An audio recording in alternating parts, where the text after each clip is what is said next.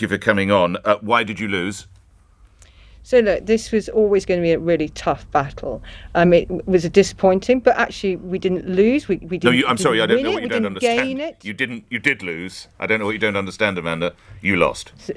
So this was a Labour hold. Yes. It was not a Labour win. But I just want to. So it's not a Labour win. What do you class it then? Well, at the end of the day, this was theirs to lose. This was and they didn't. They won. But they only held on by a matter of a few hundred votes, just over 300 votes. Amanda Milling, do you imagine if England beat Ukraine by 1 goal tomorrow night that goes in off the referee's backside on the 89th and a half minute? Do you think England fans will say, oh, we didn't really win, did we? So shall we be candid with each other?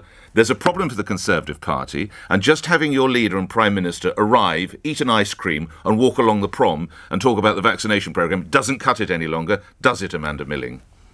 So look, governing parties don't gain by-elections, don't win by-elections, particularly at this stage after 11 years in government. The result that we had in Hartlepool was extraordinary, but actually the fact that we were just over 300 votes away from kind of gaining the seat, it was exceptional in itself. And every one of these by-elections is a tough battle. Each one's unique. This was always going to be a tough fight for us. Do you think the good folk of Batley and Spen turned their back on the Conservatives because of incompetence or sleaze?